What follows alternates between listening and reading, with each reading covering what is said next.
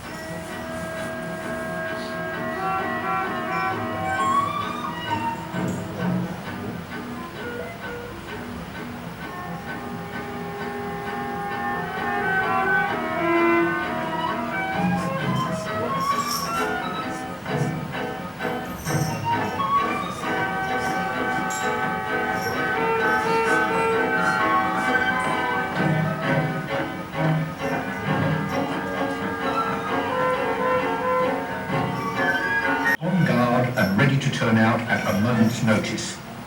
Right, stop you dog! Stop there, I say! All men are cautioned against speaking to any of the women on the settlement. No shouting or other noisy conduct can be permitted in barracks. Private Francis Carlyle, 6 months with hard labour and periodic solitary for using highly improper language to his superior officer, and for having struck him a blow on the lip. Private James Elby, 20 days in solitary confinement for refusing to go on.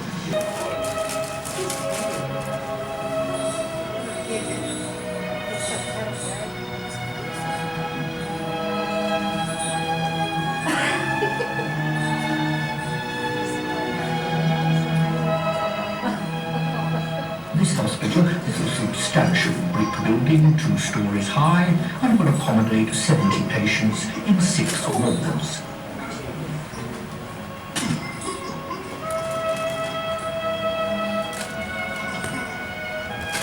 The dormitories of the paupers' depot, a spacious mess room and kitchen have also been erected. Bath and ablutions rooms will shortly be finished.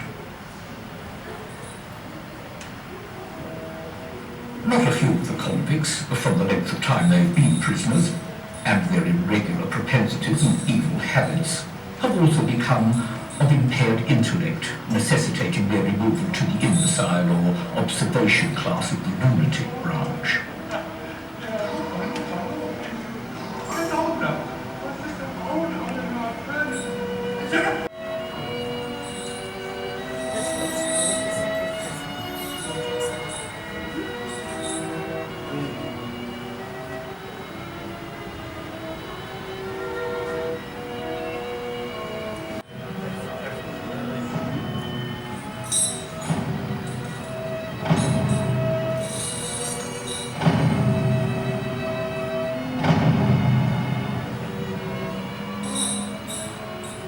As a deterring and reformatory punishment, solitary confinement, with a period of separate treatment following immediately afterwards, I find to be the most effective.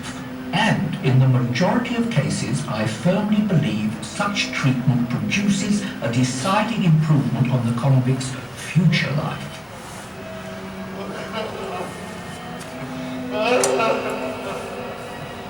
I wept in the shadows of my cell and longed to die. But as the weeks crept on, I wept less and less. The process of hardening had set in.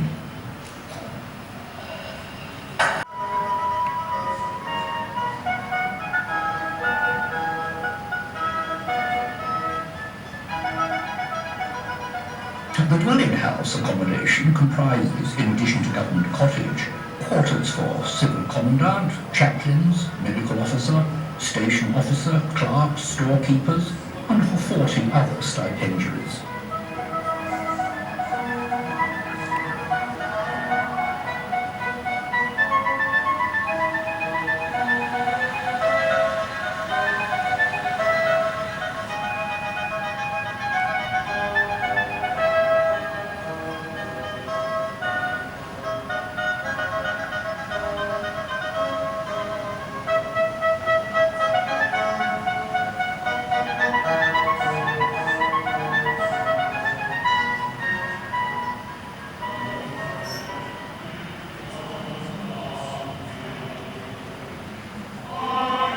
The convicts were drawn up facing the altar and pulpit. The most profound silence continued throughout the whole sermon preached by the minister. I allowed my gaze to wander all around the sacred building. Everything there was of the greatest simplicity, completely devoid of ornamentation. When the preacher descended from the pulpit, cry of voices arose strong and full and tuneful, singing the hymns of the Anglican order of service. I was so strongly affected that my eyes filled with tears.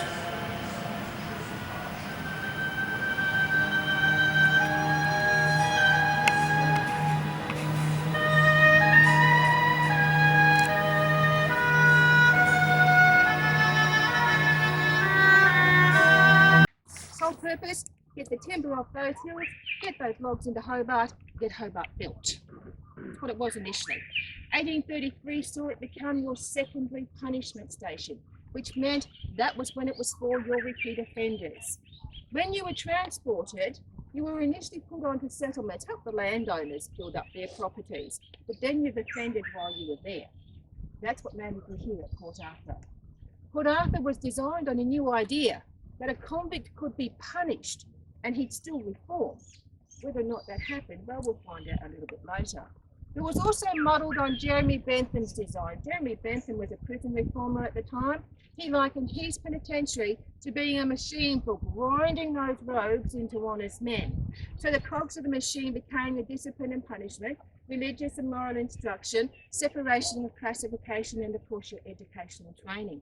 So as you are walking around today, every bit of structure that you see, they all played their part in that machine.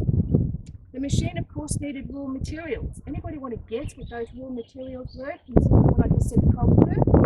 Very easy. Boat right there. That's the Marana. So if you head up that road there, when you drove here, you would have driven across the narrow neck of land though at Eagle Hawk Neck. That's the reason, another reason why it didn't need the walls here. That little isthmus, did anybody manage to stop there? You would drive past it? Yes, that's where the dog line was. That's the reason why it didn't need the walls. You had the dog line there, about 8 or 9 dogs lined up along that little isthmus, chained to their little lanterns with their bowls. Now these dogs are said to be bull mastiffs and pretty ugly looking. Their statue's just great. My dogs actually thought it was real until they went up and sniffed at it. That's how good it is. But these dogs, by the time that this penitentiary was established in 1857, were major workshops. You had coopers, painters, carpenters, blacksmiths, you had sawmills, you even had bone mills and a cannery here. Imagine the smell, imagine the noise compared to today. It was pretty potent and it was very noisy. And of course that was back in the days when there was no such thing as occupational health and safety. Hadn't heard of that word. So with that there were also a lot of accidents. So for the accidents, of course, they needed the hospital. Straight up on top of the hill there. The 3 arches. Hospital built nice and high up on top of the hill so that the convicts could take in what they refer to as healthful breezes. They considered that the convicts created all the miasmas that created all their diseases. I mean, imagine what it was like for them. Being working at dusk, having to start work, so you're working from dawn till dusk, and then having to go back into your cell in that same clothing and sleeping in it. Didn't matter what type of weather was, so you would have either been covered in sweat or wet from rain. No wonder. I mean, of course you're going to get sick. The hospital treated mainly your respiratory type diseases and your rheumatoid type diseases as well. It was managed by a surgeon and some convict orderlies. How many of you here have ever taken a day off work when you shouldn't have? Well, there's a few little giggles there. Because I sometimes wonder if this isn't where the sickie comes from, because the convicts were just the same.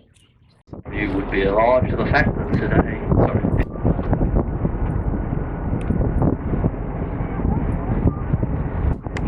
this harbour, of course, was the only way in and out to Port Arthur back in the convict. There was no road down to Port Arthur in 1903. So everything literally came in and out through here. Very busy village, 3 ships a week leaving full of timber. Massive enterprise. We didn't fill in the main settlement there so that we could have a cricket pitch. That's where they used to stay.